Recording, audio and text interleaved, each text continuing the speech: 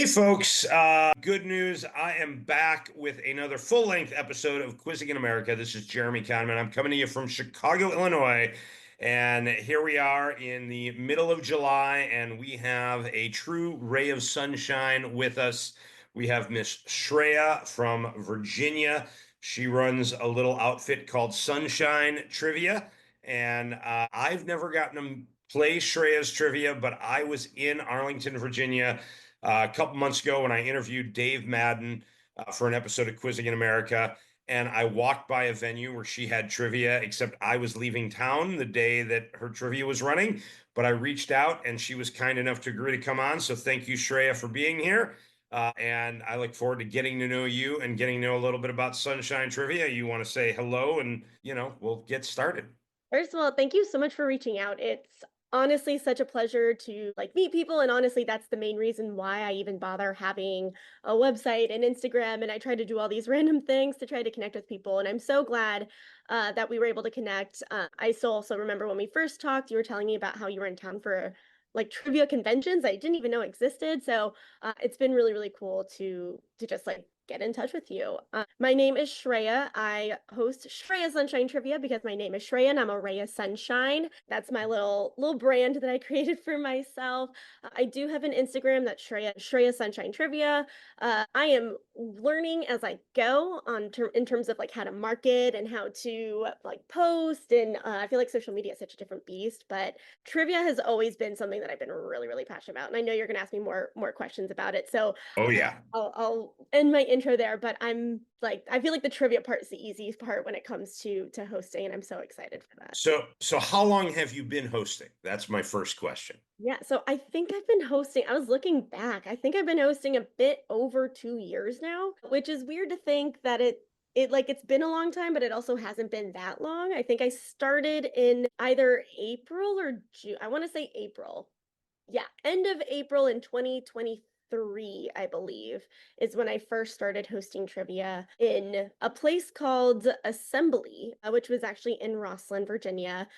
It was formerly called Assembly. Now it's been renamed to a place called Upside on Moore. While I was actually hosting there, it changed over management, which is also part of the reason why I ended up leaving there.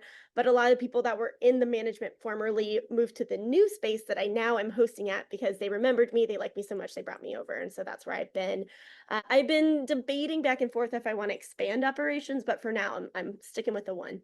Just the one show weekend, but do you do I mean, I'm sure you have regulars that like what you do. If they wanted to hire you to do like a private event or a corporate Mhm. thing, I'm sure you would do that as well. Have you done any of those yet? I Or haven't done, I've done, I think, one corporate gig, but it actually was me creating the trivia and then I kind of passed it back to them and they were okay, implementing it. And then I've also been doing volunteering with another corps. Actually, let me see if I can pull up the name of that organization that I posted with. But one of the people who actually was working at the first place that I was hosting and left when that change of management happened, he started working for a new company as their events planner. And so they actually started hosting trivia nights over at a nearby homeless shelter.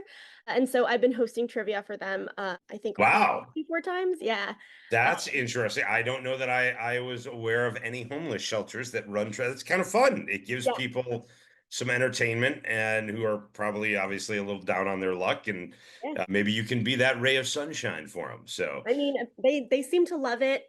They've asked me back multiple times, and I've also I think the first time or first 2 times they were actually kind of tepid. They were a little nervous about, I feel like a lot of folks when they hear trivia, they assume it's a bit more of an elitist thing. It's a Yeah, bit more of a, oh, this is just for people who know things. But I feel like there's all kinds of knowledge and all kinds of things that people know. And the thing I love most about trivia is being able to, especially when I'm able to kind of cater my trivia to the audience so that they can feel like their knowledge is honored or that they've I love that. And we had a little pre-recording chat where you were asking me what I was into, and hopefully when we get a quiz, maybe you'll have some questions that are catered to my interest if you have them in your database. But even if not, I look forward to getting some questions. So obviously this is just like a side hustle or labor of love for you. Mhm. So you've got a full-time regular job. But Yep. when you first started hosting at what was the then the Assembly, how did that come about? Were you just a regular there and they had a trivia night, or they wanted to start one and they were like, "Hey, Shreya, you know a lot of stuff." Like what was the impetus to get you to host that first night?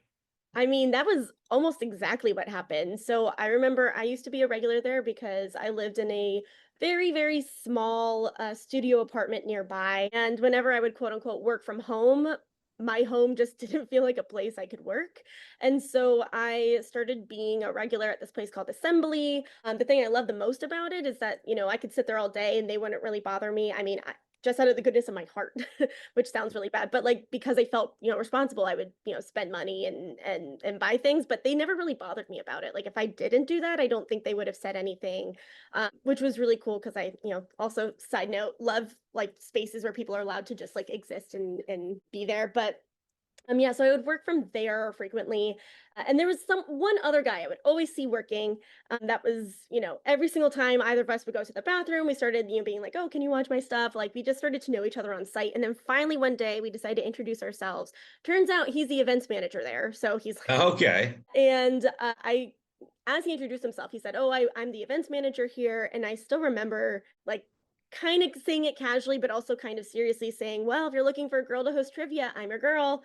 And he took me seriously, and then we started planning, a couple. Wow. So you threw it out there. Had you ever hosted trivia before? Or you just had you, I mean, you obviously, I would assume, had played pub trivia before, right? Yeah. So the way I kind of got my trivia start, I was a first year teacher in Los Angeles and honestly was having like probably the roughest times of my life.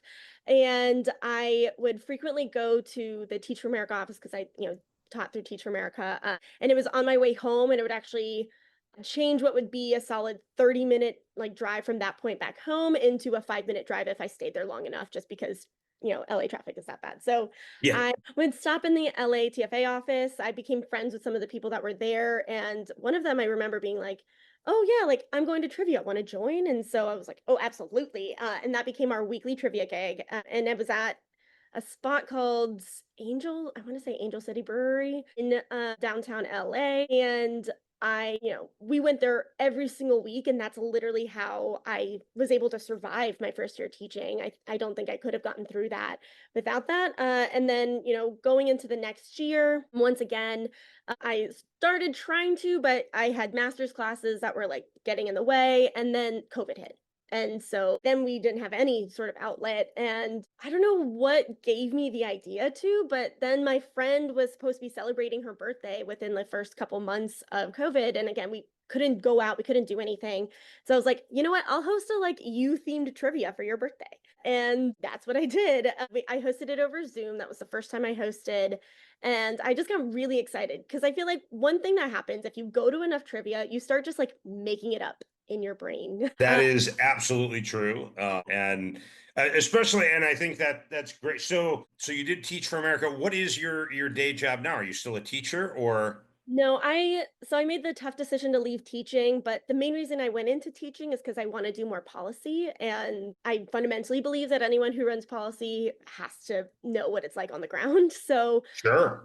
before I went into policy, I decided to be a teacher, but I started getting to a point where I was itching to move on to the next thing. And so I now am in the DC area, although I don't actually need to be. My job is fully virtual now. I work for the College Board. They do APs, SATs, but they do a lot more than that. They also have a lot of initiatives that they're working on to try to support students like K through 12 and helping students get to and through college. And like they're really trying to do a lot more to support students, which is my passion and what I really want to do. And so I'm a strategist with them, so I'm like helping them come up with these initiatives or decide on, okay, if we are pursuing this. Yeah, so you're still in the education field, really, very, Absolutely. very Yeah, closely connected. yeah. And, I think that if you're a teacher, you have to be creative. And when you're writing trivia, I think you have to be creative. And I think it seems like obviously you care about connecting with the people that are playing your trivia, Mm. which is great. I hope you do decide to expand, because I think it would be great to get people like you who seem to, really care about the folks that are out there playing, and you want them to have a good time. You want it to be relatable. And like you said, everybody's got a knowledge base. People are always like, "Oh, I can't play trivia. I don't know enough." And if depends. Everybody knows some things, and you can ask questions in ways that people, can relate. Now, so you'd never hosted trivia before. How did you decide what form? Like, what is? I don't know. What is your format like? Do you do question, then play a song, and have people submit an answer with like a wager, or do you do like a round of 5 or 10 questions where everything has the same value? Or is it Mhm. something kind of in between? Like, how did you decide what your format was going to be, and what is your format? Yeah, so I do have to give major shout outs to King Trivia. I don't know if you're familiar with them. I am familiar. I've played King Trivia. I'm Yeah, assuming that might have been the trivia you played in LA then, because I know they're big in California. yeah, they're huge in Los Angeles in particular. And so that was my main inspiration. I loved their format. I loved the different approaches to the different types of rounds. So a lot of my trivia is sort of following their format, although I think I've put my own spin on how I implement it. But I mean, to anyone who knows King Trivia, what I'm about to say is going to sound real familiar. So the first round is so every single round is you are answering 10 different questions or having 10 different answers and for the most part, and you are submitting all your answers at once. I don't like doing the one question at a time. I think that that can take a lot of time to get through, and I just prefer not to. I haven't yet implemented some system of like doubling or something like that. I have been thinking about it, but I want to. I mean, for me, it's all about equity, and I want to make sure it feels equitable when I do that. So Sure. put a pin on that one. But then I also have a system of I have 7 different rounds. Round one is just general knowledge, just whatever random things. I do have to put in there that I used to specifically be a math teacher, so I'm a huge fan of math coming back to bite you in the butt. So unlike equipment two, I have at least one math round or one math question every single time. Okay. So you gotta, when a kid asks you, when am I gonna use this? Monday Night Trivia, that's when. So There you go. you know, make sure that I you was that kid, by the way, that said, "Why do I need to know this? When am I ever going to use this?" yeah. So, I can and do math is one of my worst categories, just for the record. yeah, But I I can do simple math really quick in my head, but when it comes to like complicated math, and not even necessarily complicated, but math terminology is one of my worst subjects. So that was a big thing that I always focused on as a teacher is math is a language. It really is. And it really is, I yeah. don't know if for the longest time, I don't know if math teachers really thought about it that way. I think now there's like a changing shift, but we'll come back to that. So yeah, I always have at least one math question in that round. And then I have my second round is audio round. I usually play snippets of songs, but I always try to do different takes. So sometimes I'll like come up with I usually do some sort of theme or something for the whole round. I have done themes as simple as these are all rock songs or these are all songs about superstition. But sometimes I do like medieval covers of songs or I'll do 8-bit covers. Yeah. Those are some of my favorites. Yeah, I've had those 8-bit rounds before, and they kill me because I don't hear well, and so it's like I always can recognize the song, and then I have no idea what I'm listening to. So it can be rough. So you got the general round, the audio round. You have 5 more rounds. What are those? Are they? Do they rotate themes, or do you have any? Like we always have an entertainment round, always have a sports round, always have a. No, so my round three is just generally called a theme round. So I can do themes that are like before and after, similar to that Okay. Jeopardy round. I've also done things like I had a round where I gave the like colloquialisms of British English, and then you had to like say what you thought they meant. Okay. I've done also just like general themes. So I actually had another one which is like who tweeted it, Kanye or Elon. I had Yeah. yeah, those are honestly, So they were all crazy unhinged tweets. It was just a matter of did you know which guy? Yeah. yeah. I also So had is it antidepressant or a Tolkien character? I've had medical terms, but sometimes I'll also just do like just general questions, but they all seem to have at least one word related to the theme in some way. So those are a little bit further away. But yeah, so that was my round three. Round four is a picture round. So that's always, pictures again. I usually try to keep them to some sort of theme. Round five is the find the connection round. And this is one of my favorite rounds that the, I borrowed from King Trivia. those are, and I mean, you don't really borrow it because Yeah. it's funny. I do my trivia always has a find the connection round too, and that's what the quizzing in America, the quick quizzes are all find the connection rounds because those are some of my favorite rounds. And I remember distinctly when I first started doing trivia, and this is 20 some years ago. Mhm. or almost 20 years ago. I didn't have that when I first started doing it. And then I went in and I saw a guy do trivia, and he did a round where all of the answers happened to be wrestlers' names. Mm. And, I remember the guy's name was Ryan Mahoney. He's a friend of mine. And I'm like, oh, that's really clever. I like that. I said, I'm going to use that. You mind if I steal it? And he's like, the whole round? I said, just the idea. And he's like, no, it's not even my idea. I took it from somebody else. So you didn't take it from King Trivia. Like it's been out there. We all do it, and it's but they're fun rounds Yeah. because it allows you, if you can pick up on the connection, and Mhm. then there's a question you're like, I don't have any idea what the answer is, but you know what the connection is. Now you can go back and go, well, I don't know what the answer is, but it has to have a dog breed in it or a color Yeah. in it or whatever. And you're Yeah. like, so it limits what you can get, and you can figure out the answers to questions that you otherwise would have had no chance to get. So I love hidden connection rounds. I think they're some of the best types of trivia out there, especially for like a bar trivia when you're playing with a team and people and you can discuss. But it's funny, one of my regular players, she went out and played Ryan's trivia after Mm. years of playing my trivia. She stumbled upon a venue where Ryan was still hosting, and she saw him do his hidden connections round, and she Mhm. like immediately messaged me and is like, this guy stole your idea.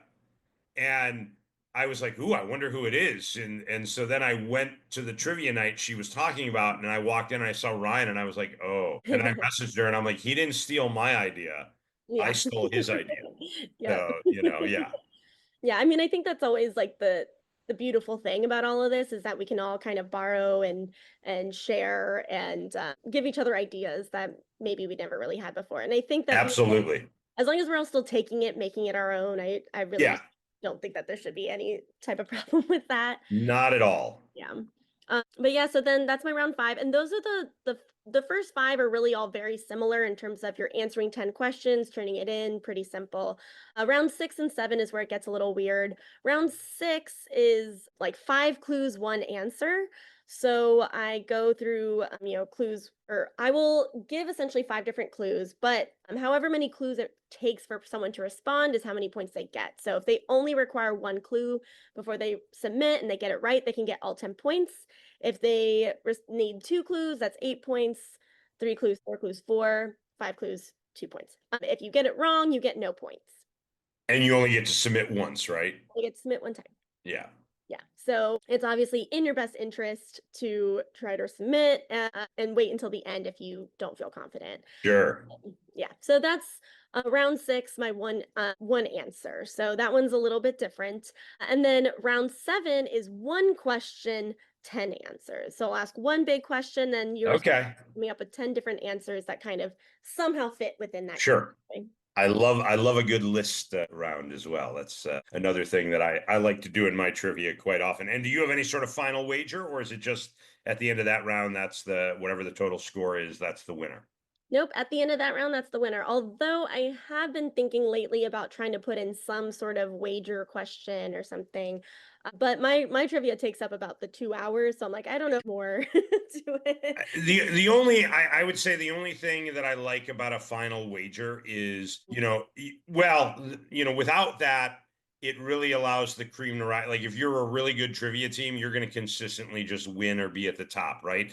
If there's a final wager question, it can add a lot of variance to it, Yeah, where if it's a subject where those good teams just don't have an area of expertise, they're going to fall and somebody behind them is going to jump up and win yeah, unexpectedly, right? So it allows a team that may be like riding the middle of the pack most of the night to at the end be like, oh my God, there's a Pokemon wager question at the end, and I love Pokemon. And here I am, like with this trivia guru team, and none of us play Pokemon. And it's like, well, great. We just lost it all because, yeah. No, but I at the love same time, wager questions, and I love that they can actually like bring more balance to that score sheet. I just haven't yet figured out how exactly I want to implement it because it does yeah, restructuring that question. So that's kind of where I'm at of like, all right, we'll see. We'll see how there are a lot of different ways to do it, and so it's in some people. There's one company here in Chicago. They give you two wager questions. You can wager 0 to 12 on each one, and you Mhm. can whatever you get. And then there's another company in Chicago that does two final questions. You wager 0 to 15, but your wager counts for both questions, and you can only make one wager for both questions. So if you get one right and one wrong, no matter what, you always zero out, which I don't really understand the philosophy behind that. But there's a lot of different ways to do a final wager question. Mine, I would always do a final wager question where there were three answers, ideally one of which was fairly obvious, one of Mhm. which was fairly obscure, and one of which somewhere in the middle.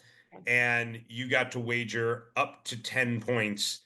But if you got all three, I gave you double your wager. If you Mhm. got just two, you got your wager. And if you didn't get at least two, you lost your wager. So, Yeah. so there was some variance, but you didn't have to know all the answers. You could get points for just knowing two of the three answers, and I don't know. I like that because it added variance, but it still allowed you to not have to know everything about the question to get some points added to your score.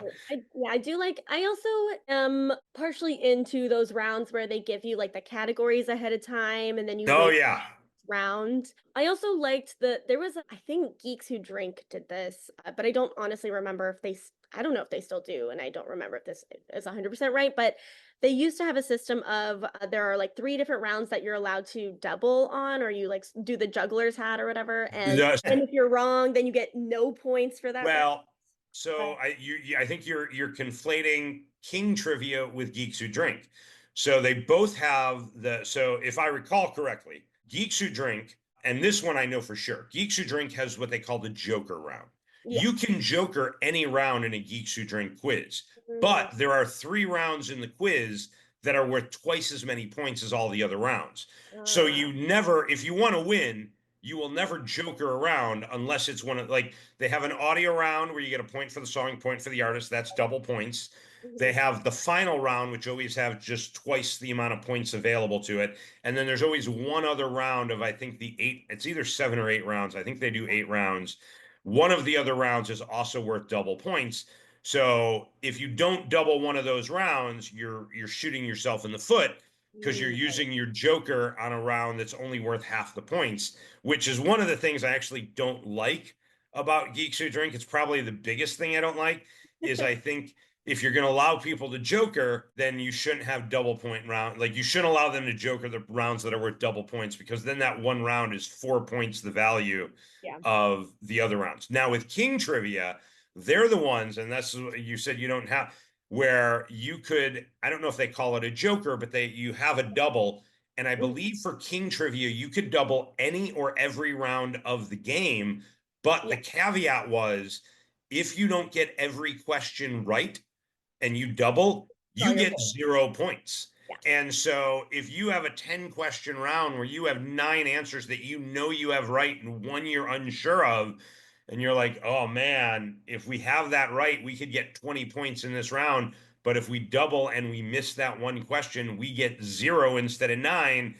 I mean, like, and it's really, really an interesting format that King Trivia has. And I kind of love it and hate it at the same time because Yeah. it really makes you like Double check. on whether to double every round. Yeah. And I've played a couple other formats where they've kind of got that where you can double any round, but if you get anything wrong, you get a 0. Mm, And that can throw such wild variance into the game. And because listen, I might know 9 of 10 questions, and then mhm, on that last one go, oh man, yeah. I don't know. And like, should I double? So yeah, so I used to when I first started doing trivia, I used to also have you could double any one round of the game, but I always tried to make every round equal value. And Mhm, then at some point I just decided, you know what? I like my rounds to sometimes have bonus points, whatever, and I'm just going to get rid of the doubling and, keep it at every question is basically a consistent value. So I do similar to you. I do rounds. I do 7 questions around and every question is worth 3 points, or every correct answer is worth 3 points. Now, if I have a question where there's two answers, I give you 3 points per answer. So usually around is 21 points. Sometimes it's 24, 27, yeah. but every round is pretty much consistently of equal weight and value. Yeah, Uh, that's what I do. I every once in a while for the audio round, I'll because usually I'm like only the artist or only the song title, but sometimes I'll do both and I'll give either double points or I'll do half points. Like yeah, it depends on how much I think people are likely to know it. I feel like if it's supposed to be very obvious or something, like I've done like a Disney song round, hopefully I don't get canceled by Disney for this. nah, I've done like a Disney song round where it's like I played the song and you had to name the Disney villain, but I did consider, okay, you have to name the name of the song as well as the Disney villain.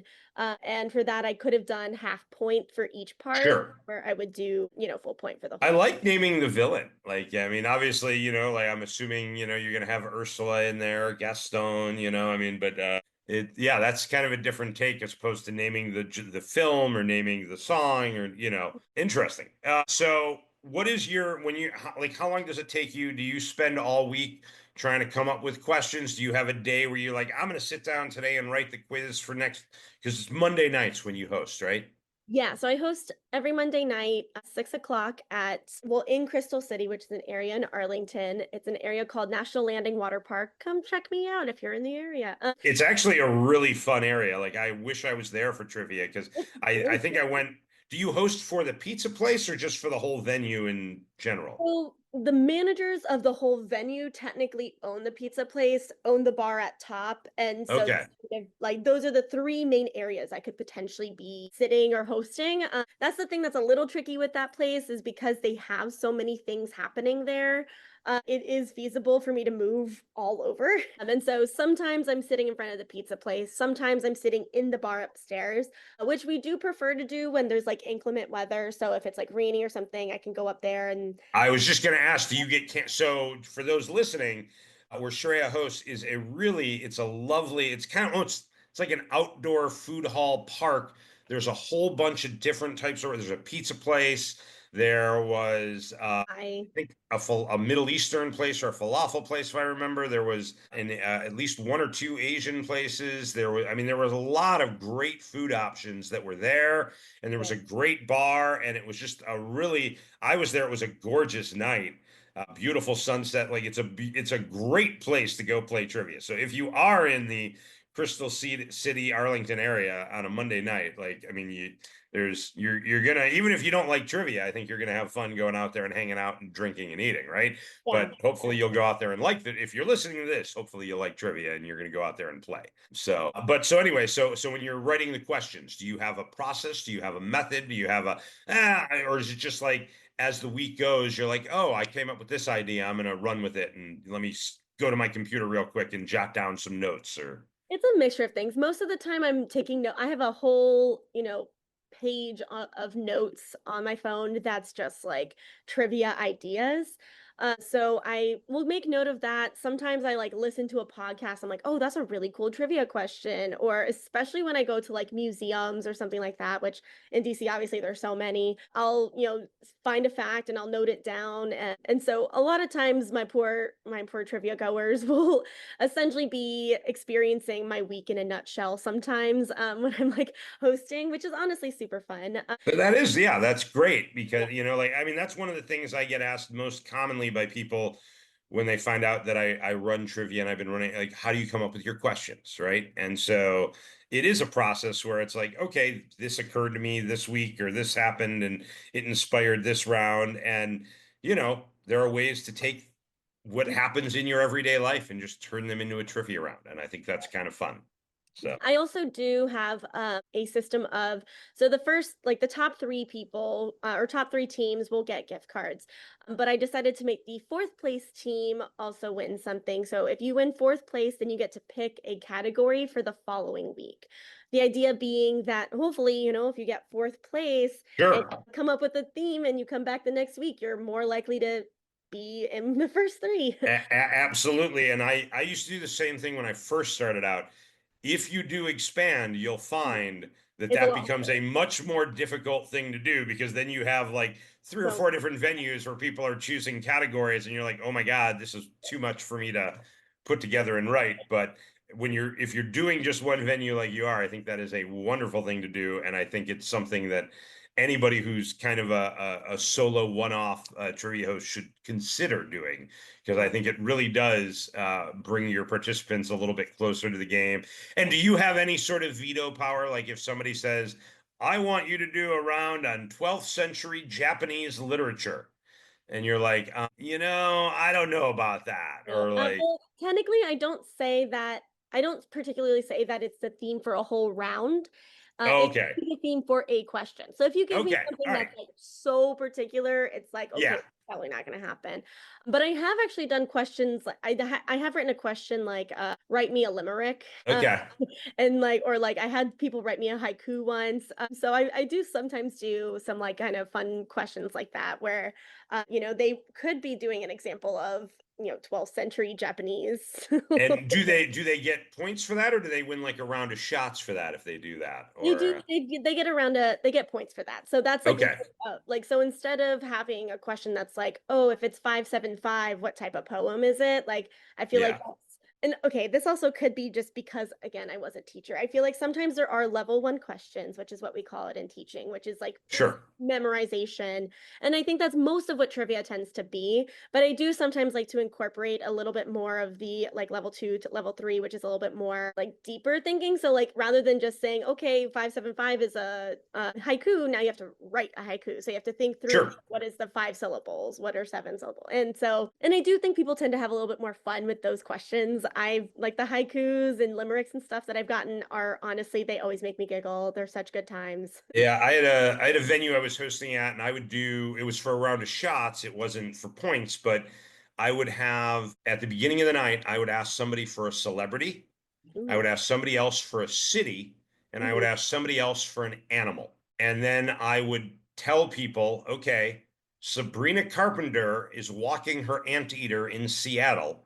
Mhm. Draw me a picture that represents that. Oh, I love that. And at any point in time before round 5 or whatever, you could come up with your picture, and I would take all the pictures and I'd put them up, and Mm, people could see them. And whoever I felt had the best picture, and it was usually just me judging, I yeah, would give that team a round of shots. And some people, weren't great at trivia, but they had some real artistic teammates, and so they would draw works of art. And some people were just really clever and funny with yeah, their picture, and so every week it was I called it draw three, because it yeah. was a celebrity, a location, and an animal, and you Mhm. had all three of those things, and you had to just incorporate them into a picture of some sort. And so it was always interesting to see what people came up with. And it was sometimes more interesting to see the people that had no artistic ability, how they represented it, because then it was Yeah, a lot more abstract. So yeah.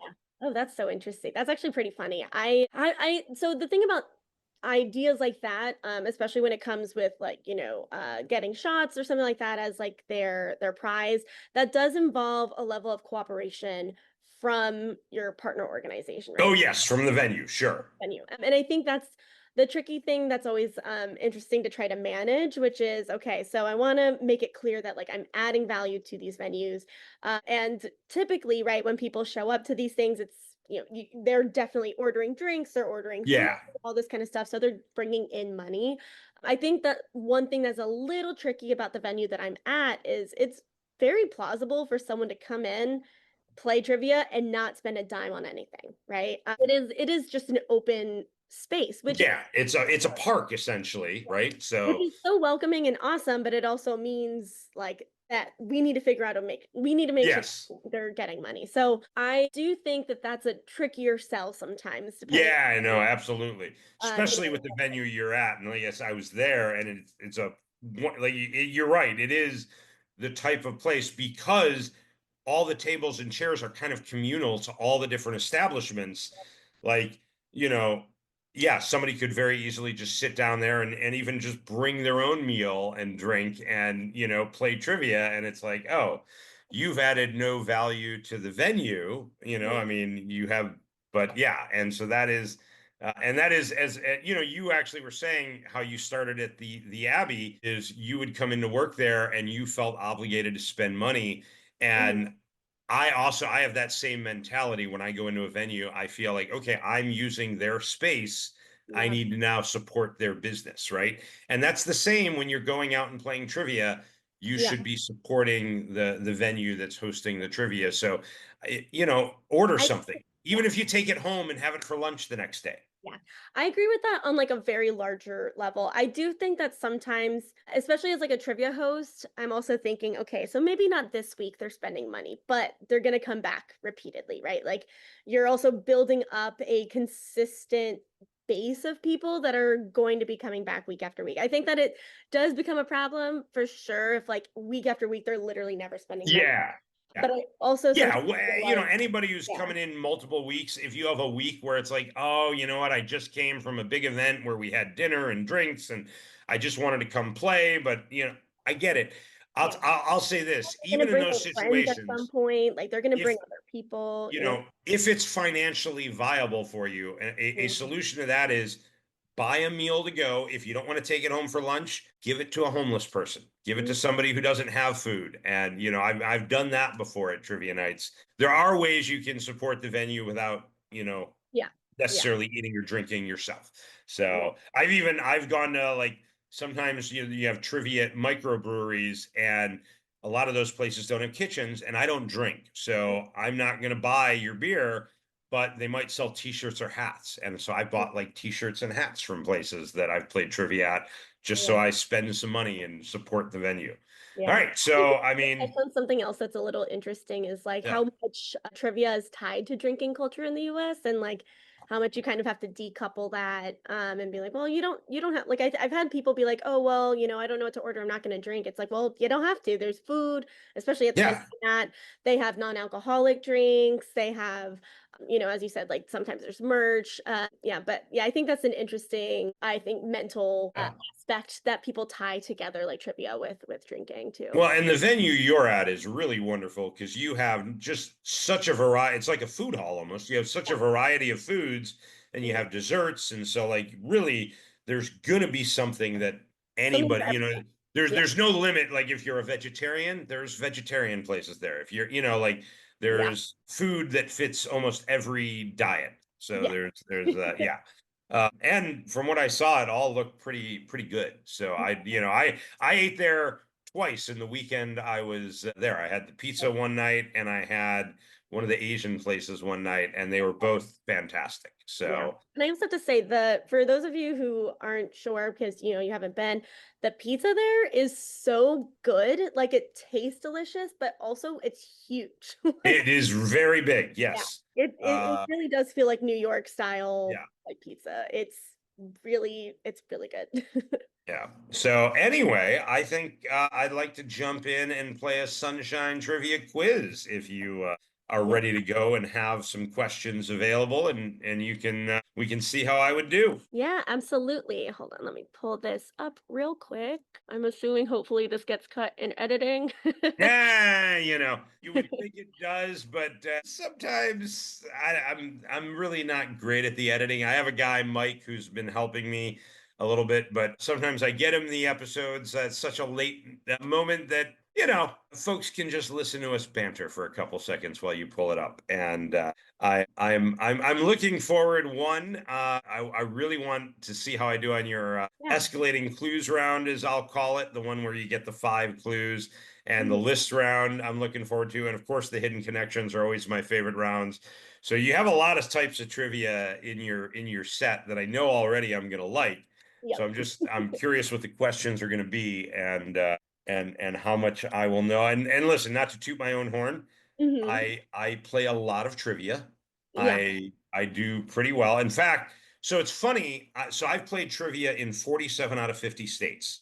Oh, wow. And yeah, I'm actually 1 week from today going, or no, 1 week from tomorrow, sorry. Mhm. On Monday morning next week, I am going on a road trip where I'm going to drive out to Red Rocks, Colorado, and I'm going to go by way of North Dakota, Montana, and Wyoming, which are the 3 states I've never played trivia in.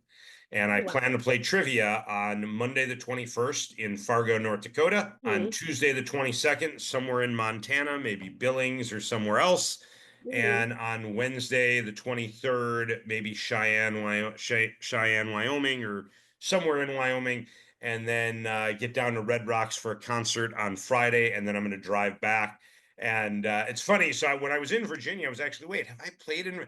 So I've only played in Virginia. I played a couple of times, and I think I played in Arlington. There's a company called District Trivia, which you might be familiar Yeah, with because they have some venues near you. But yeah. they had a big tournament once, and it was in Virginia, and I played there in that tournament. But I don't know that I've played a true pub quiz experience in Virginia. So maybe I'll have to come back and play Oh, an definitely. actual Sunshine Trivia. Now, how cold does it get in the winter, by the way? What do you do in the winter months? Is it, Winter can get pretty cold. Thankfully, again, Water Bar, which is that area upstairs that has, yeah, they have an ability because it's technically a porch. So, like in the summer, when or like during nice weather, they can open it up and it's just like open air. okay, yeah, So there aren't like actual walls. However, they do have these covers that they can drop down. okay, And so then you can get protected from the elements. okay. During peak winter, they actually do have heaters in there. Actually, during the winter time, it once got so hot in there because those heaters are working. Wow. All right. But yeah, that place is it can get real warm in there, but it also is, I think, really, really great. Okay, let me see. All right, so I've got a couple of rounds, and I also wanted to throw out there a couple of other things that I think are really cool about my trivia. So one.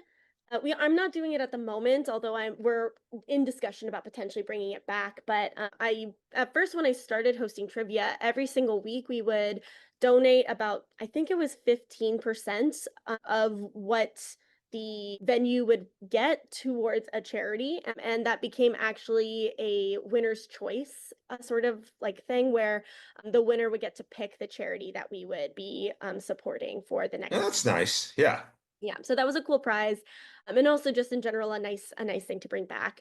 And then I actually used to go to a place in Los Angeles called Scum and Villainy Canteen. I'm gonna just go ahead and plug it for them. They are a Star Wars themed bar, but they always had a trivia night. And one of their things that I loved, or two things I loved about their trivia, one thing they had a This Week in Geek where specifically it was, asking questions about like, oh, which new game was announced or which movie, Yeah. yeah, like that kind of thing, which I thought was really cool.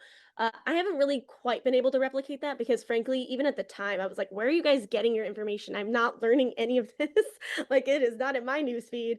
But then the second thing I loved that they did, which I have been able to incorporate, is they have a trivia quest.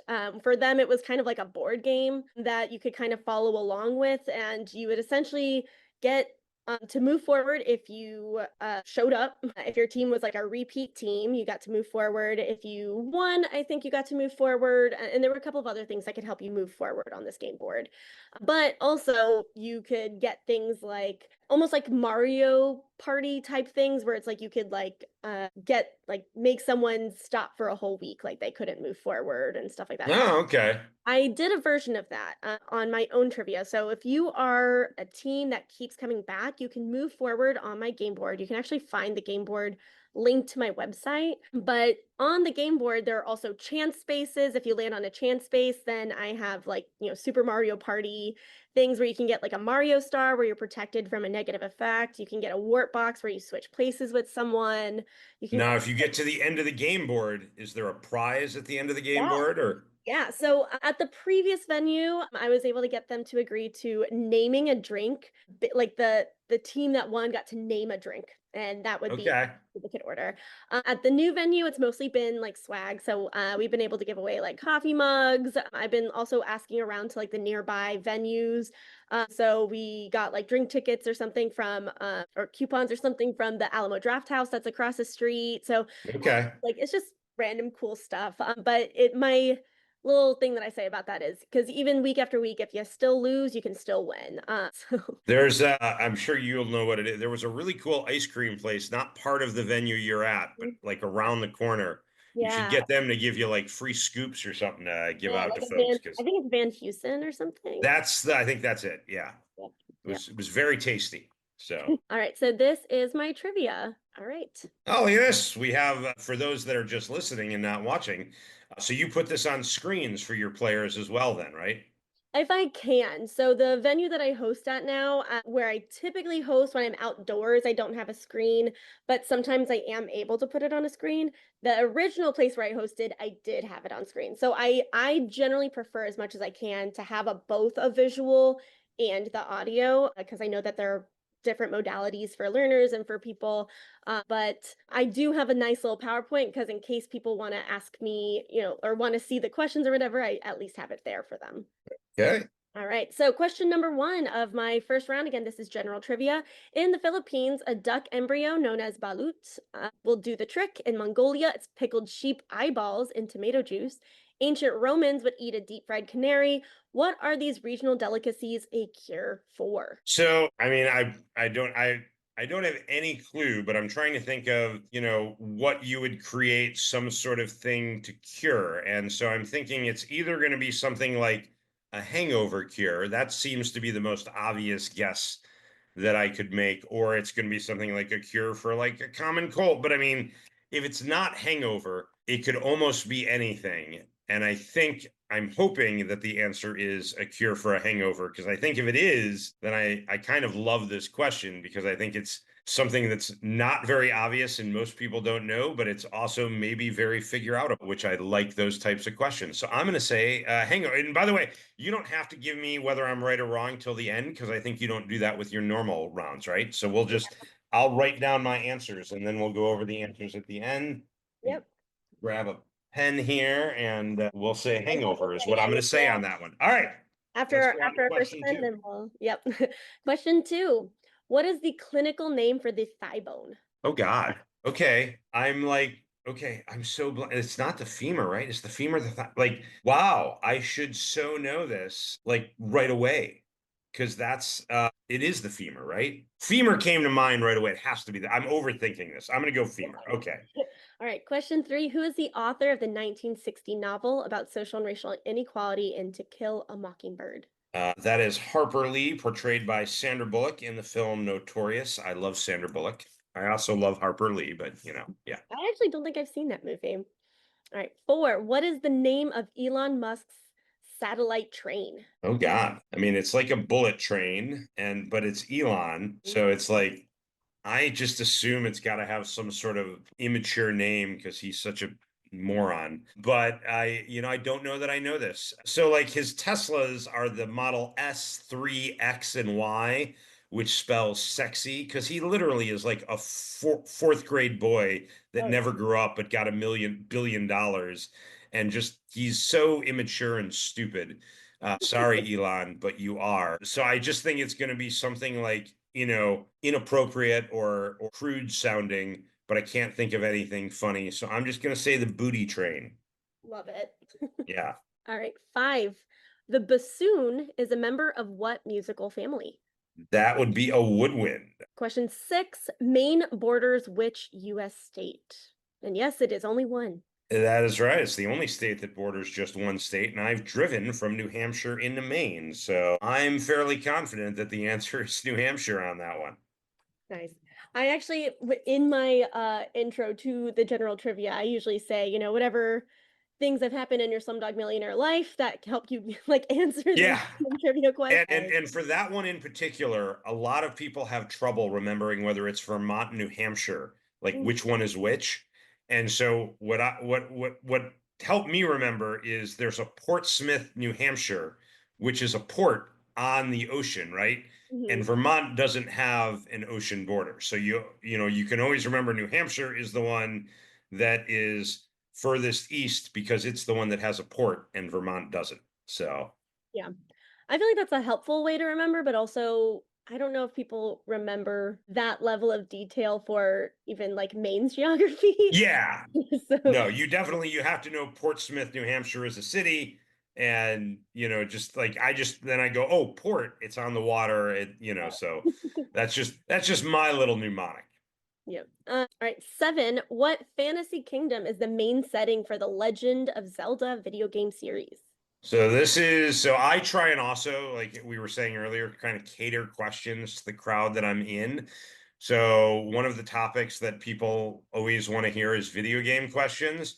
And I'm not a gamer, but one of the questions that I have in my like head that I always ask is what is the name of and I usually say just fictional world that is the main setting for The Legend of Zelda. So I know this is Hyrule.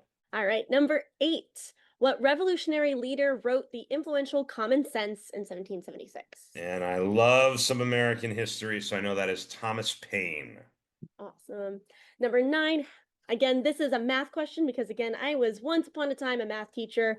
I am a big fan of math coming back to bite everyone in the butt. So, how many inches are there in 2 yards? Well, this is the kind of math that I like because it's the kind of math I can just figure out and do. You have 12 inches in a foot, you have 3 feet in a yard, you have 6 feet in 2 yards. So 6 times 12 would be 72 inches in 2 yards. All right. Number 10. If a shopping cart contains Ah, an apple, 2 bananas, 3 oranges, and 4 hot dogs, what percentage of the cart's total contains fruit? this is And another type of math question that is- I can actually do, I think. So I we have decided to one double up on apple. math this one. Yeah, one apple, 2 bananas, so that's three. 3 oranges is six. 4 hot dogs is 10. So 6 of 10 are fruit. So 60% of that cart is fruit. Awesome. All right. So then I usually have a 1 minute wait period. We don't have to do that because it's just me, but we can skip by that and yeah. Let's go through the answers. Question number 1. In Philippines, a duck embryo is known as balut will do the trick. In Mongolia, pickled sheep eyeballs. Ancient Romans, deep fried canary. These are all a cure for the hangover. Nice. Also, I'll mention for people obviously that are listening, you can't see, Shreya has slides with the questions on them. And on the answer slide, she has a picture of the movie The Hangover, which I'll just mention that, one of the things I did to make my trivia more accessible when I first started was I started putting the questions on slides. And I would also use pictures so I would have a question just like this, but Mhm. when I show you the question, I would show you the picture from the movie The Hangover without the title being there. So if Yes. you recognize that it was from The Hangover, it was a hint to the answer. In this case, it would actually be the answer. And it was just a way for, like, if you had no idea on a question I was asking about, but you could identify the picture served as a hint. So it was just another way in. Anyway, No, I we'll love go those. on. I've also been to slash heard of trivias where they would play a song that was somehow Yes, a related. hint. Yeah. Yep. All right. Question 2. The clinical name for a thigh bone is a femur. Okay, good. I was like unnecessarily worried on that. It was like, so that's one of those questions that I like to refer to as stupid easy, but good Mhm. trivia. Yes. Like, because it's one of those things where, like, right away I knew it was the femur, and then right away I went, wait, is it the femur or am Yep. I thinking of something else? Yep. It's also one of those types of questions where I feel like everyone, at least at some point in time, has heard it. And Sure. so when they hear the Exactly. answer, they're going to be like, oh, there was a chance of me getting that. And I Yeah. generally try, at least for the first round, try my best Yeah. to incorporate that into the trivia. Question 3. Who is the author of To Kill a Mockingbird? That is Harper Lee, which you got. 4. Elon Musk's satellite train is called Starlink. So that's a Oh yeah, yeah. I was actually thinking of, like, isn't he also trying to build some like super fast train in Cal, or is he not doing that? That's what I was thinking of. oh. Starlink, yeah, I should have maybe thought about that more and come up with that. But oh well, Yeah.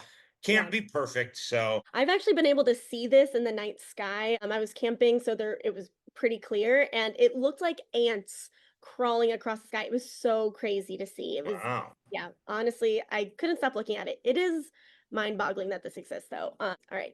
5. The bassoon is a member of the woodwind family, which you got. Maine borders New Hampshire. Very nice. The fantasy kingdom is Hyrule. The revolutionary leader that wrote Common Sense is Thomas Paine. The number of inches in 2 yards is indeed 72 inches, and the shopping cart contains 60% fruit. Look at me doing math. All right, 9 out of 10. You killed it. All right. Am I able to share sound? Yeah, you should be. All right, let me go ahead and hold on. Zoom is asking me. All right, so I am now able to share sound. I'm going to go ahead and share it. So this one is one of my favorites. It is based off of Vitamin String Quartet. They do like a lot of covers, but they are Okay. string cover. So this is all just like strings, like literally a quartet of strings. uh, Okay. this is covers of rock songs because you mentioned before this that you Yeah. rock music. So the songs I play are varying in length. Some of them are really, really short, some of them are pretty long, but you're just writing the name of the song that is being covered. Okay. All right. Sorry, let me just double check what day that is. Okay. I have every single list of every song or anything that I've played over time saved. So, Covering my screen so I don't see, because oh, I think you're sharing the screen. I don't know if the oh, names of the whoops. songs are going to be on there. Oh, yeah. Hold on. Let me, You might want to take the screen sharing down because I yeah. put a sheet of paper over my screen. No, I appreciate you. Yeah, yeah, yeah. Here, I'm just So, gonna go ahead and share just the questions. okay. Hold on. Is it okay? Now when I change over, yep, okay. All right. So question number one. Again, you are I just naming the song that's being covered. I don't hear anything yet. Oh, hold on. It says Let's that the see. sound is sharing. Let me try that one more time. Hold on. Let me just change how I'm sharing that. Hold on. Advanced computer audio. All right. So now I'm not sharing a screen. I'm just going to share the audio. All right. All right. Let's try this again one more time. All right. That was question one. I'm going to do very bad at this round, but that's okay. I'm just going to say Enter Sandman. I don't think that's right, but All right. we're gonna go with it. Question two. That's Sweet Child of Mine. I'm all over that. That's All Guns right. N' Roses. All right. Since in this round, I can just give you the answers as we go. Yes, that is Sweet Child of Mine. Question three. Okay. Oh, that little Ozzy, is that Crazy Train? It is indeed Crazy Train. That's a great version of Crazy Train. I kind of want Right? to listen to the Vitamin whole C thing. like that. Yeah, it's really good. Yeah. Actually, I'll go back to number one real quick. It sounded like this. This is slightly later than the 80s. This is Evanescence, Bring Me to Life. Oh, well, that explains. Yeah, I was never going to get that. I Yeah. couldn't recognize an Evanescence song if you paid me. What? Okay, question four. Dun, dun, dun, dun, dun, dun. All Oh right. God. So this is where I'm horrible at like I know that song. It's a great song. I know it. We're gonna come back to that. We gotta skip Okay. that. I'm gonna have you play that for me at the end. It is bugging me that I didn't get that right away. All right, we'll come back. It's Queen. Okay, play that one more time. It's not Mhm. Bohemian Rhapsody right now. Play that one more. It's definitely Queen. She's a killer, killer queen, That's right? it. Call All Queen. right. Yep. Okay, number six. That's all you get. Yeah, that sounded familiar, but not like four. I know that I know, like I recognize that. Five, I knew two and three. Six, it's like I feel like I know it, but I don't think I'm gonna get there. So we're just gonna go to seven. All right. Do you want me to name? Yeah, go ahead, tell me. I'm All not right. gonna get there. That is U2's With or Without You. Yeah, see, U2 is one of those bands. I should have I know them, just not well enough to recognize them unless I'm actually listening to them. But That's yeah. fair. That's fair. All right. Number seven. Ooh, that's a fun one too. I like it. I don't know what it is though. Want me to Uh, play it again or do you want me to just yeah, play it one more time. We'll see if I okay. can pick up on it. Is that a 90s rock hit? It is well, Yeah. it might be early 2000. I actually don't know the exact date of this song. Yeah, I was thinking late 90s, but early 2000. But I'm trying to I mean, it's not, is it Coldplay? I don't know. I don't know. What is it? It's Nirvana's Smells Like Teen Spirit. Oh, that's early 90s. Oh, God, I should have totally gotten that. Okay. I actually don't know when this song came from, but it's something that's so part of my childhood that I feel like it is Oh, late 90s. smells like Teen Spirit. Well, it's my high school years. I believe it was 91 or 90 is when it came out. So yeah, but yeah. All right, let's go with number eight. Yep, number eight. Oh God. Oh, that's is that AC/DC? Shook Hmm. Me All Night Long? No. Back in Black? Nope. No. Money Talks? No. What is it? It's AC/DC. It's Thunderstruck. Thunderstruck. Ah, All right, number nine. no clue. Ooh, wait a minute. Play that again. Uh-huh. At the end there. Oh my God. Oh, we're gonna have to come back to that. All right, all right. Coming back to that. Oh, that's so frustrating. And number 10. That's all you get for that one. Yeah, I'm not getting that one. What? I'm What gonna is play it it? one more time. I know you know it. This was your original guess for question one, Enter Sandman. Oh God. All right, now we're gonna go back to number four, and then we'll do number nine. Number four again. Yeah, four and nine. Yeah. Dun, dun, dun, dun, dun. Now it was number four. God, I know that song. Like, I like that song. Mhm. I listened to that song many times, and I don't Every know what it is. sports fan knows that song too, although they might not know the name of it. It is by White Stripes. It is Seven Nation Army. Yeah, okay. Not Mhm. my favorite band, but I really like that song, and it's just such a catchy rhythm. It really is. Yeah. All right. And what's number nine again? Number nine. God, this is like my music right here. This is Mhm. This is so my music. This is like I've missed questions on these quizzes before. I think this is the one that's going to make me feel the worst for missing because Oh, it's in my head and I know it's in my head and I can't even I don't even want to say what's in my head because I think it's wrong. And all right, what is it? Just put me out of my misery. it is Def Leppard's Pour Some Sugar on Me. Yeah. And when we were talking about what I like before the quiz, and people can't see this, but I Mhm. showed Shreya my Joe Elliott pop doll that I had sitting next to me. And I'm like, that's one of my all-time favorite songs. And I couldn't recognize it. Oh my God. That's just embarrassing. But I tell you, this is like audio rounds at any trivia night I go to when they have an audio round, it's like my Achilles heel because I just don't hear well. And so a lot of times, I just fail miserably. So I think I got 3 out of 10 there, maybe. Yeah, Sweet You did Child a of little Mine, bit Crazy better. Train, and Killer Queen. Yeah. If I had a team, I think we would have gotten to Enter Sandman, Smells Like Teen Spirit, With or Without You, and probably Pour Some Sugar on Me, Yep. and maybe Seven Nation Army and Thunderstruck. I think the only one I don't know, I would have needed somebody who would have known Evanescence to get that one. I would never that one. I could have been of no help on. So sorry, Evanescence fans. Wow. Cannot believe it. How dare you? Yeah. All right. So, round number three. Round three is a bit different from the previous one. So, my round threes can kind of switch up a little bit. As I mentioned, they can be all kinds of things, but for this one, I called it English is Weird. So, for this theme round, again, my round three is a theme round, and it really can switch up what I mean by that. And this time, each question will be a singular noun, but your answer will be the correct plural form. Spelling does count this round, so I don't need Okay. spelling count, especially since nowadays everyone has iPhones, so there's autocorrect. And all of my answers, by the way, everyone submits using a Google form because it's just a lot Oh, grade. Spelling rounds are a little bit harder. Sometimes I will still do a spelling round and then just manually put in people's scores. But yeah, this yeah. one I didn't even ask you whether you were a pen and paper game or you use Google Forms to submit.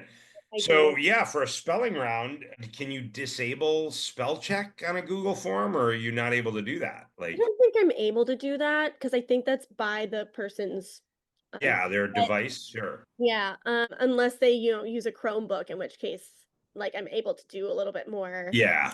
cool, but honestly, it's okay. I have done where, like, I literally just pass out paper to people and I'm like, "All right, physically write it," but I have to plan ahead for when I Yeah. do that. So I have done, like, actual spelling rounds where you have to spell the question, but I All don't. right. Let's see how many plurals I can get. All right. So, again, for those listening, the question would be a word like locus, and your answer would have to be loci, LOCI, as the plural noun or plural form. All right. Question number one. This one I did find online, so don't hate me for this one. Question number one, beef, a plural form of beef. Well, so I assume we're talking about the noun beef, right? Because obviously you could have a beef with somebody. And I mean, obviously if it's a plural form, it would have to be a noun, right? Is that right? Do you have to be a noun? Yes. Yeah. Like I'm bad sometimes at grammar, but so the other thing is I think sometimes there are multiple plurals. So I'm not sure. I think beeves, Beeves, and I think are both acceptable plurals of beef. So I don't know if you ever do you, I, If there are multiple answers, then I'm able to give you points for any of them. okay. So I would just say, I mean, I know beefs is good in Scrabble, Beef, though I don't know. I'm going to say Bee because I'm fairly certain that that is, I think, the more common plural of beef. All right. Question two. Sphinx. Sphinx. Sphinx. And no, it is not sphinxes. Oh, so now I think that maybe, I mean, I think there's only one Sphinx. I don't know why you would need a plural. I'm going to just say that it's Sphinx. I think that maybe it's a trick and there is no, All I right. think it's Sphinx. Yeah. Yeah. Cul-de-sac. Ooh. So my Wait, guess, you might actually know this one. well, I mean, I think. I would typically I would just put an S at the end of cul-de-sac and make cul-de-sacs. Like I don't it doesn't seem right without like if I put like CKS, I guess, but I'm just gonna say cul-de-sacs with an S at the end. Yeah. Uh, Okay. or Attorney General. This one I'm pretty sure is attorneys general. I think I've asked this before, actually. I like that. I'm pretty positive that's attorneys general. Either that or I've had it asked to me before, but I'm fairly certain that is correct. 5, Octopus. I was hoping this would be on here and octopi, although I think technically octopuses might be in the dictionary, but octopi is definitely the more common plural of octopus. All right. 6, Phylum. Oh, this is one of those funky ones where it's going to be like phyli or something like that. Oh boy. Phylum. That is so I'm trying to like I'm writing down a whole bunch of possibilities and I'm like, is it oh wait, phyla, not I was writing down and it just looked funny. But when I change the I to an A, I think phyla is, and I believe that's good in Scrabble. I used to play a lot of tournament Scrabble. Wow. So while I'm That's not a good necessarily one. great at spelling, that which is why I think like a lot of these like weird alternate, like, octopuses, I think is technically acceptable in Scrabble, even though it's certainly not the common plural of octopus. I think that's correct. Maybe I'm wrong on that. I don't know. Anyway, we're going to go with phyla. Okay. Number 7, Prius.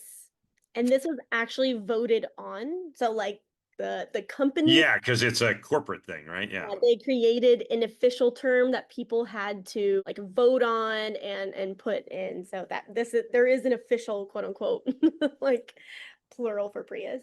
So, I mean, there's no way for me to know this, but I'm just gonna say it's pre-I with two I's at the end, like radii. All right. Number 8, Sheep. I think that the plural of sheep is literally just sheep. So I'm gonna just say sheep. 9, Parenthesis. I believe that is parentheses, and you just change the I to an E at the end. So you're not adding anything, you're just changing the I to an E. And 10, Alumnus. And that would be, well, so I mean, alumni would be, but I think alumna is also acceptable, like AE, but I'm going to go with alumni, ALUMNI. So there you go. All right. So again, I would give my minute and then I go into the answer. So beef, you're correct. The most official, Yeah, that's the more common, yeah, but yeah. the more official plural is beeves, Beeves, which a lot of people are always shocked by actually when I do it. Yeah, no, it doesn't, it looks weird. It looks weird. You don't ever see it. Yep. 2, Um, Sphinges with a G. yeah, I did. I would not have come up with that. And I don't think Sphinx needs a plural. I think there's only one Sphinx. I don't like this. No. One big Sphinx, but you can make Yes, a mini Sphinx. fair enough. All right. 3, the plural of cul-de-sac, because the root is French, is cul-de-sac. Well, I don't speak French, so Although I all did right. once in school. Question 4, that is indeed attorneys general. All right. Number 5, octopuses is the proper term. This is actually a Greek word, and pi is actually a Latin ending. So people will say octopi because they're acting as if it is a Latin word, but it actually was a Greek word. So the plural is octopuses. But octopi, I mean, like it's in the dictionary, right? I don't think so. Or if it is, it might have been a more recent addition, but Yeah. 10. I know it's acceptable in Scrabble, octopi. Ooh. That much I know. But I actually just Google it and it's like the AI answer is the word octopi is often mistakenly used as the plural of octopus, but the correct plural form is octopuses. Well, and so I mean you're totally right in your answer. It's kind of like irregardless. Irregardless is not a word, but it's now in the dictionary because so many people use it as a word. So I think octopi might be yeah. Yeah, if you ever read that book, that's what I always think about is like you can create words basically. Yeah. Like words Yeah. No, fair. I am wrong. I claim no points on that question. All right. I do try to give points wherever I can, but yeah, I definitely would have marked you wrong on that one. No, I think you would have rightfully marked me wrong. There also though are some times where if you can make me laugh, I'll give you partial credit. Fair. Question 6, phylum, the correct plural is phyla. Okay, so got that one. And Prius, yep, the official designated term is Pre-I. I'd have been mad if it was something else. That makes the most sense. So yeah. It does feel like something people would vote on. Yeah. Question 8, sheep is indeed just sheep. Number 9, parenthesis does become parentheses. And number 10, alumnus, yep, becomes alumni. Alumnae, the one that you were saying, where Yeah. that's actually the singular form of a female. Okay. But if you add an E to the end of alumni with like, does that make it a plural of the, like if it's multiple female alumnus I or, think alumnae, just like AE, is the singular. It might be alumna if it's plural of just woman. okay. Yeah. I have to Uh, double check again, that. I'm just going off of, well, I think this is good in Scrabble. So I don't know that. Yeah. Yep, yep. Yeah, so that was my round number All right. 3. That was So I my got 7 out of 10 there. So I'm at 19 out of 30. By the way, I'm tracking my score. So because I'm a nerd and I like to know how I did. love Uh, it. all So we're right. gonna go ahead and skip the picture round, but just for the people listening, my picture rounds really can vary. I've done picture rounds that include things like there was once because it was Halloween, I put in people's like costumes and you had to name the like pun that they were trying to represent with Okay. the costume. Like Um, Spudnik for Ross on Friends. Yeah. So, you know what? If you don't want to skip that, like I actually, so the round you have up here is write the country for the place represented. I mhm. think we could do this. Like, obviously, the people listening won't, but I can describe the pictures well enough that I think people might be able to get the. If you wanna go through it real quick. We can try it. Yeah. Let's do it. Yeah. All right. So one, we have a big fountain with it looks like a lion birding water into some pond with some steps by the side of it. I Mhm. would think that that would be something like Singapore or China. I would guess Singapore. I don't know. Two, we have the Rapa Nui statues. If you're familiar, I think that's what those are, the Rapa Nui statues, which I believe is on Easter Island, which I believe is part of Chile. Three, so it looks like the Eiffel Tower, but I think it actually is the Vegas Strip and not the Eiffel Tower because it looks like a bunch of hotels. So it might be Las Vegas. Four is two statues, and it looks like it might be an Asian country, and it looks like those are almost representative of people who are supposed to be lauded as this is a tough picture round, by the way. I'm gonna say it might be like North Korea, like it's like Kim Jong Un and Kim Jong Il, but I'm not sure. Five is some sort of castle-like structure with kind of a reddish tint. It's probably a famous palace. I'm going to just guess maybe it's in Spain. Six is an absolutely gorgeous sunset and mountain with a pond. It's very green.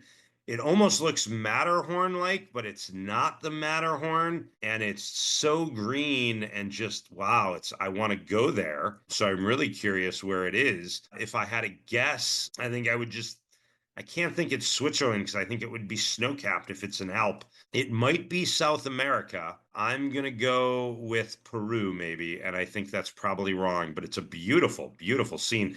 Number seven is a almost looks like a temple, looks like almost a Baha'i temple or maybe a Buddhist temple. It's beautiful architecture, has kind of a hole in the middle of it with some water underneath. I know Baha'i temples are very elaborate structures. I'm going to say maybe that's in India. Eight is some beautiful trees. They look like maybe, I can't remember if they're called like baobab trees. They almost look like Joshua trees, but they're not. Maybe I'm just gonna guess Australia on that, but that's another place I'd love to visit. I love nature. Nine is a castle, probably in Europe somewhere, and oh boy, I'm gonna guess maybe it's in no, Austria. I'm gonna guess Austria because the next one I believe is Germany, and I believe that's Dachau, the concentration camp. So I'm gonna say that's Dachau. All right. So I actually did also have like some zoomed in versions that I could show Okay. if you needed it, but let's go through the answers. So question number 1, you were spot on. That is Singapore. Nice little city in the background, but it also still has like its more cultural elements in the foreground. Yeah, and it's just supposed to be the cleanest city in the world, and I'd love to visit there sometime. Yeah, me too. It's definitely on my list. I've been to Asia so many times, so pretty much only to India because that's where my family's from. Okay. So I'm like, I have so many other places in Sure. Russia that I need to go. Question two, you were also spot on again. That is Easter Island in Chile. Okay. Number three, once again, you reasoned that out well. It is supposed to be the United States of America. It was supposed to be a little thing to throw you off to show the Eiffel Tower. I was able to Sure. pull a couple teams with it.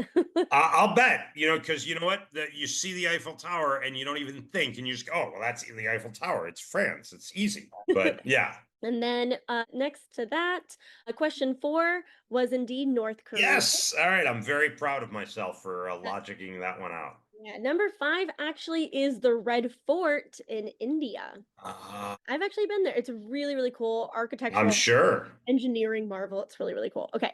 Number six, you were really close to, I think, reasoning it out, but actually it was Iceland. I should. Yeah. I almost said Ireland, Oh but yeah. yeah, that is such a beautiful. And you know what? I've been to Iceland in the middle of summer, and the sky looked just like that. It's so I like want It's to go so bad. it's so beautiful. I was only there for a day, but I want to go back. It's beautiful. Yep. Number seven, that is Iran. Oh, Yeah, so is that that is a temple or is that I like a mosque? I don't think that's either. I want to say it's actually more of a I can't remember what it was. It's been It's a long time since I made this a trip. beautiful building. Yeah, I think it's more of a government structure. Okay. I don't actually remember. Yeah, but I know that that's in Iran. And then number eight is actually Madagascar. Those are the What are those trees? Do you know? don't remember off the top of my head right now. I used Okay. to know. Number nine, that actually is in Colombia. Okay. So there's a pretty heavy European influence, obviously, in a lot of places in South America. So this was actually a castle built into the side of a mountain. Oh, And I was right, by the way. They are baobab trees. I just didn't know the yeah, country they were in. there it is. Yep. Yeah. Yep, Yeah. Madagascar. Yeah, I was Yeah. about to say, I was like, you were saying the right tree name, but then you said Australia. Yeah. I was like, okay, maybe I'm Yep. I like, had the right tree. I just didn't know where those trees were located. now you Okay. know. And Yeah. then number 10, that actually is Auschwitz, which is in Poland. Oh, I should have. Okay, well, first of all, I'm just going to call myself out. Bad Jew. Should Oh, have. Yeah, should have gotten that. I have to visit both Dachau and Auschwitz. Yeah, my really? family. I have some from that were from Germany, so Oh, maybe I lean that way. All right, I only got 4 out of 10 there. I should have I gotten mean, at least you six, did but I pretty should have well gotten there. 7 really. I mean, like listening to your thought process, you were so close for a lot of these. And again, I think Yeah. some of them, if you had had a larger team, you could have, I think. Yes, and that's why trivia should be a team thing, is right? Is because like I was getting close on a lot of them, I didn't get there. Yeah, So it's always a little tricky. All right, so now we're in round number five. This is the find the connection round. So hold on, let me double check if this is the round I wanted to show you. Because there's another one that I think I wanted to show you a little bit more. Hold on. Okay. Yeah, so I'm going to show you a different round five actually, because I just want to. All right, so we're going to switch over to a different trivia that I created. And this is my round five from that one. All right, so for this round, after you answer questions 1 through 9, you're going to answer question 10, which is what the previous 9 answers have in common. For those of you listening, if you haven't played it before, I actually played around where this was the like answers and the connection. So an example would be I would have questions that lead you to answers like carbon copy, narcolepsy, she's the man, fuzzy wuzzy. The connection is that they all contain different words for police, cop, narc, the man, fuzz. Honestly, one of the toughest trivia rounds I ever played in terms of finding the connection. Hopefully my trivia is not nearly as difficult. IDK, we'll see. May the force be with you. All right, question number 1. To do this action to a pot or piece of clay means to scratch hatch marks into it as part of joining clay pieces together. so my first thought is I think cleaving is something you do with clay. I'm in the right one. Yes. Huh. I'm not 100% sure on this one. There's something called like scoring, I think, clay, but I don't really know. All right. Well, once we get the theme, so I've got like cleaving and scoring, I think are things you do with clay, but I don't really know what they are. So, yeah. Also called Pesach, what is the major Jewish holiday that celebrates the biblical story of the Israelites? Well, alrighty. So I can get a little redemption here for misidentifying Auschwitz as Dachau. Yeah, I shouldn't have done that. Sorry to my ancestors. This is Passover. All right, question number 3. A common feature at fairs, what target hidden game ends with a satisfying splash when someone falls into a small pool of water? That would be a dunk tank. And so now, by the way, just for those listening, we have pass over, dunk tank. So I have pass and dunk, which is leading me towards something sporty and basketball, which means scoring is what I'm going with for the first one at the moment, but we may switch. Let's go with question number 4. Question 4. What 1991 film is about a federal agent named Johnny Utah, played by Keanu Reeves, that infiltrates a suspected bank robbing group? I am an FBI agent. That is Point Break. That's one of my favorite lines from that movie. Of course, it was remade. The original was directed by Catherine Bigelow, who would go on to be the first woman to win the Best Director Academy Award for The Hurt Locker. But Point Break. That's actually cool trivia there. What is the name of the international financial institution that provides loans and grants to governments of low and middle income countries for the purpose of pursuing capital projects? Hmm. Huh. So now I'm trying to think of something. I don't know that I know the answer to this, but I'm trying to think of something that fits the sporty or basketball theme. And I don't know that all right, well, let's go on to the next one. We'll come back to that because right now I've got nothing on that. All right. Number 6. If you are a whiz with Excel or Google Sheets, then you know how to create what table of grouped values that aggregates the individual items of a more extensive table within one or more discrete categories. Okay. Oh, wait, the World Bank is probably the last one, and bank would be basketball related. So, yeah, so let's go with World Bank. All right. So, a table of grouped values in Excel, and it's got to be. So, I think the basketball thing is definitely right, but like, all right, let's move on to that because All the finance bros that know this are yelling through the yeah, that's not me though. So, yeah. Number 7, often represented by a garden gnome. What Expedia owned agency helps people book adventures around the world? And that would be Travelocity, and you don't want to travel in basketball. So now I'm very certain that basketball is my thing, but yeah. Question number 8, be sure not to spend it. What object was released with special design so that all 50 states and 6 territories were represented and collectible?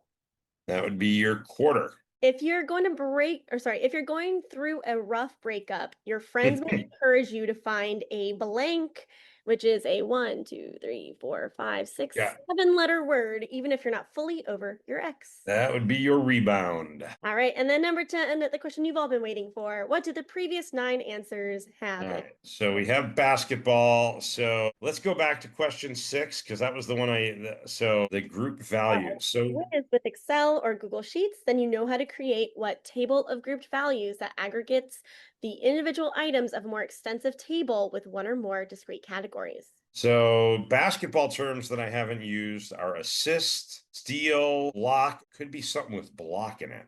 Data block. Let's go with data block. I don't know. That seems to make sense and fit the theme. So All right, let's go through the answers. All right, question number 1, you know to do this action to a pot or piece of clay means to put scratch hatch marks into it. That is scoring. Scoring.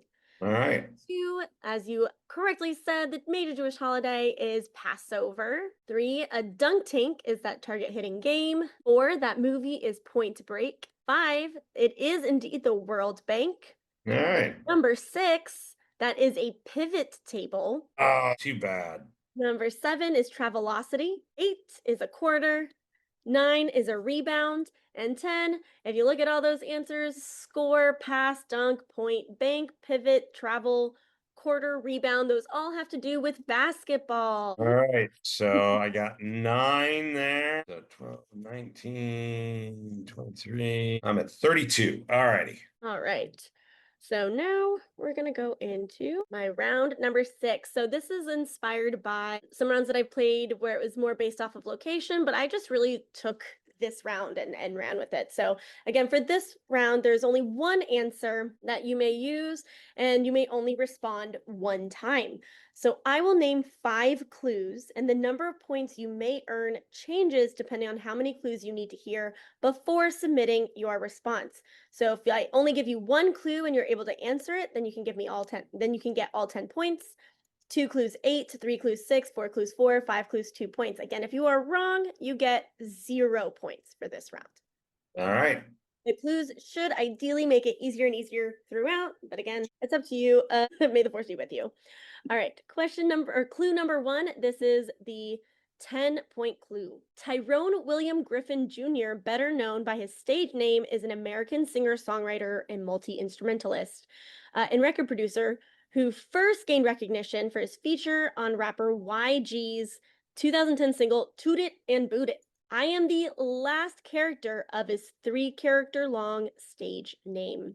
So again, I am the last character of his 3-character long. long stage name. Mhm. So I'm not So really sure then. So I think Tyrone William Griffin Jr. is Ty dollar sign. So I am the last character of his. So I don't know if you just want like the dollar sign as the answer, or if like it's possible that it could be a dollar sign. yeah, like that. Because I'm pretty sure that that's Ty Dollar Sign that's his name. Because I know Ty Dollar Sign's name is Tyrone, and that's around the right time for him to. I don't toot it and boot it. It's not doing me anything, but but that's around the right time for him to have debuted. And so I'm trying to think, like 3-character long stage name. And the last character of his 3. So, like, I mean, I think his stage name is Ty Dollar, and then it's like the dollar sign IGN. I think he uses the dollar sign as the S in the word sign. So the last character of his 3-character long Ty, it's Dalla, Dolla too. I'm gonna go ahead and say I'm gonna submit the dollar sign as my answer and Mhm. go for the 10 points or get a 0, but let's see what clue 2 is. All right, so we've locked in your answer of dollar sign, but I'm going to go ahead and read through the rest of the clues for those listening if they want to play along.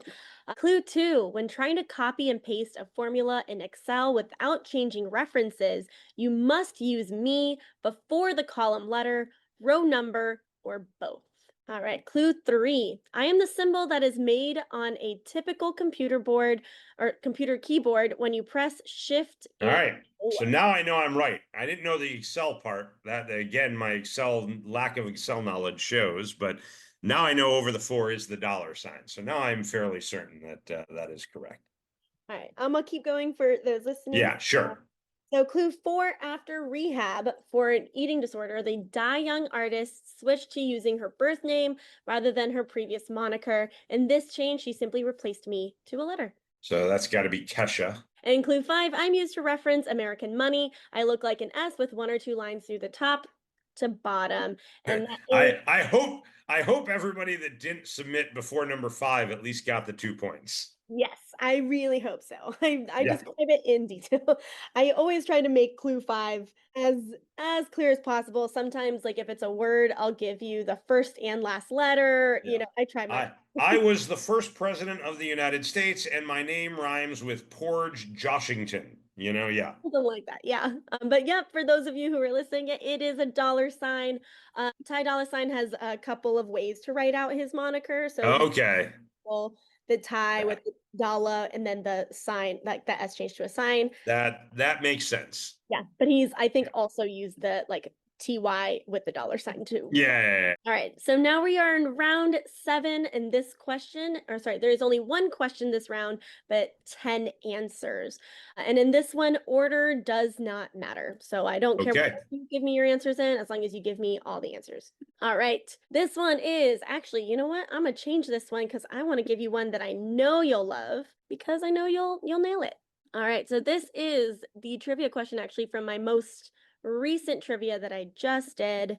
So I'm gonna go ahead and pull this up. All right, you might have sort of seen a little bit, but It doesn't matter. I would know this no matter what you showed me. uh, So so you mentioned loving baseball, so I got to give you some baseball questions. So this is the last 10 MLB champions. So this is but these are the unique champions. So these are the sure. 10. So if somebody's won multiple championships, they do not count. Yeah, Uh they're not listed twice. So you have to go yeah. deeper into the list. Yep. So what were the last 10 teams to win the MLB championship? Again, we're just going with the unique teams. I typically give about 8 minutes for this. Well, we're not going to So, take 8 minutes to do this, but so last year you have the Dodgers won the championship over the Yankees. So you have the Dodgers in 2024. In 2023, you had the Texas Rangers won their first championship over the Diamondbacks. In 2022, the Houston Astros beat the Phillies in the World Series. 2021, I was at that World Series in Atlanta. The Braves beat the Astros in that one. 2020 was the Dodgers again during the pandemic, so they will not count. 2019, the Washington Nationals, which is basically your hometown team now, won their only World Series in franchise history. That was over the Astros, the road team winning every game in that series, which I think is maybe the only time that that's ever happened. 2018, the Red Sox beat the Dodgers. 2017, I think that was Big Poppy's last year. 2017 was again the Astros. That was the big cheating scandal year over the Dodgers, so they won't count because they won in 2022. So we got to go to 2016, which sadly was the Chicago Cubs, most evil franchise to ever exist. 2015 was the Kansas City Royals. So let's see, we have the Dodgers, Rangers, Astros is 3, Braves is 4, Nationals is 5, Red Sox is 6, Cubs is 7, Royals is 8. So we have to go to 2014, which was the Giants over the Royals. 2013, I was at that world. I was actually at the 2016 World Series too. I was also at the 2013 World Series, which was the Red Sox again over the Cardinals. 2012 was the Giants again. This time it was over the Tigers. 2011, maybe the greatest World Series ever played. That would be our 10th team, and that would be the St. Louis Cardinals over the Texas Rangers. So my answers are the Dodgers, the Rangers, the Astros, the Braves, the Nationals, the Red Sox, the Cubs, the Royals, and the Cardinals, or the Giants and the Cardinals, I guess, because yeah. you absolutely nailed it. That was a perfect round. Yeah. Yeah, you got all of them, and you even named the years, which is also impressive. I didn't ask for that, so Yeah, I mean, the World Series, like baseball's kind of my thing. So now I that's know that's next gonna time I be. gotta ask you who the runner-ups are to add a level of difficulty. You'll I could probably do say it that. back. I could do that too, and I could probably go back at least 50 years without missing one. So, That's so yeah, impressive. Yeah. it's that's something I spend an inordinate amount of time on. I love that. Well, that was my trivia. And I, at this point, will say thanks for joining us tonight. Monday nights are pretty much my favorite night because of trivia. And I think that still is true. All right. Well, if you're ever out in the Arlington, Virginia area, you should definitely on a Monday night go see Shreya and get your ray of sunshine with Shreya Sunshine Trivia. And it's a beautiful place. It's on the waterfront, great food, a lot of good drinks. I talked to some of the people that work there, were real friendly people. Like I said, I ate there twice. I was there for, 3 nights over a weekend, and I really enjoyed it. So, hey, thanks for doing this, Shreya. Appreciate it. This is going to drop tomorrow on July 14th. So you can tell your folks tomorrow at trivia. They can listen to you on the Quizzing in America podcast. And everybody out there, happy quizzing. Good luck wherever you're playing. Be well. And do you have anything that you want to say at the end here? I mean, other than, everyone is welcome at trivia. I think that if you are going to a good trivia, then every single person's gonna feel like they know something at that trivia, and you're all you all know things.